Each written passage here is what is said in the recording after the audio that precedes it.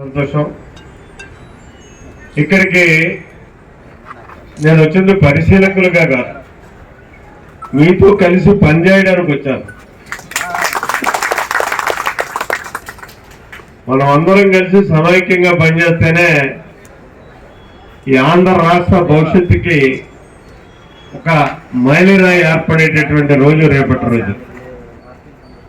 ఎందుకంటే మన ప్రధానమంత్రి గారు మొట్టమొదటిసారిగా మనకి ఆర్థిక రాజధాని అయినటువంటి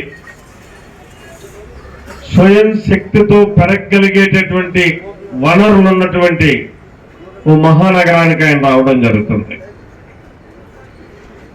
ఒక్క చిన్న చూపు ఆయన కానీ ఈ నగరం మీద పెట్టి చూడగలిగినట్టయితే దాని అంతటదే ఇది ఎక్కడి దాకా వెళ్ళిపోద్దో అక్కడి దాకా వెళ్ళేటటువంటి పరిస్థితులు ఉంటాయి.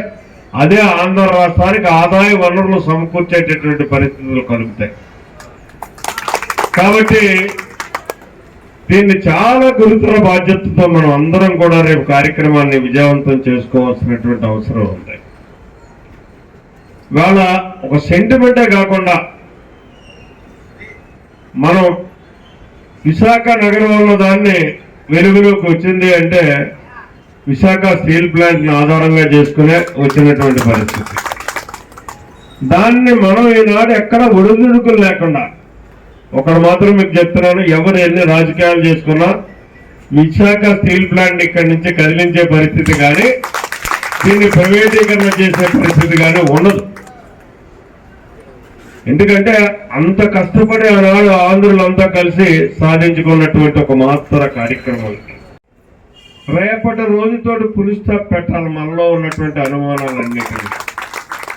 ఆ పులి స్టాప్ పెట్టాలి అంటే ఖచ్చితంగా ప్రసన్నం చేసుకోవాలి. భగవంతుడైనా సరే మనం వెళ్ళి మొక్కుంటాం. అలాగే ఇప్పుడు రాజకీయ నాయకుడికి కావాల్సింది ఏంటి? జనబలం. ఆ జనబలం అన్నది ఉవ్వెత్తున లేచి రేపు విశాఖ ప్రసన్నం అవుతారు.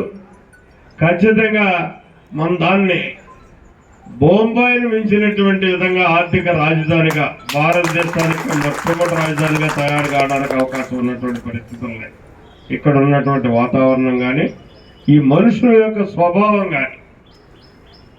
ఎందుకంటే చాలా మెతక స్వభావంతో పక్కవాడు మంచిని కోరుకునేటటువంటి మనస్తత్వం ఉన్నటువంటి, ఎవరు ఎక్కడి నుంచి వచ్చినా సరే మనస్ఫూర్తిగా వాళ్ళని స్వీకరించేటటువంటి మనసు ఉన్నటువంటి మహామనుషులంతా విశాఖపట్నంలో ఉన్నారు. కాబట్టి ఇది అన్ని రకాలుగానే కూడా ప్రశాంతత ఎక్కడ ఉంటుందో అక్కడ ఎదుగుదల ఉంటుంది. ఆ ప్రశాంతమైనటువంటి నగరం ఖచ్చితంగా ఎదగడానికి అవకాశం ఉంటుంది. ఆ ఎదుగుదలతోటి ఆంధ్రప్రదేశ్కి తోడ్పాటు అయ్యేటటువంటి పరిస్థితులు ఉంటాయి. అంటే ఆదాయ వనరులు ఇక్కడి నుంచి వస్తే అది యావత్ ఆంధ్రప్రదేశ్ కూడా విరజల్లి దాన్ని ఆంధ్రప్రదేశ్ని మనం అభివృద్ధి చేసుకోవడానికి అవకాశం ఉండేటటువంటి పరిస్థితులు ఉంటాయి. కాబట్టి మనం అందరం మరి మాటలతో కాకుండా చేతల్లో చూపెట్టేటటువంటి పరిస్థితికి రేపు ఒక్కరోజు వాళ్ళు, ఎందుకంటే త్రిమూర్తులు వస్తున్నారు ఈ విశాఖపట్నానికి.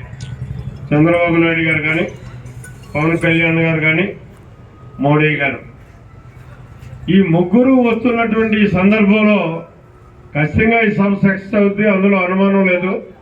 మరింత బాధ్యత తీసుకున్నట్టయితే అది ఉప్పెనులా పొంగి వాళ్ళ ముగ్గురు మనసుల్ని దోచుకునే మనకు కావాల్సినటువంటి అన్ని వనరులను సాధించుకోవడానికి అవకాశం ఉండే పరిస్థితులు ఉంటాయి. కాబట్టి ఆ బాధ్యత మీరందరూ కూడా తీసుకోవాలని చెప్పేసి మనం చేసుకుంటూ కూడా మీకు చెప్పాలి. నేను వాళ్ళ తండ్రి పెద్దలు సింహాచలం గారితో మా ఎమ్మెల్యేగా చేశాను 2 పర్యాయాలు.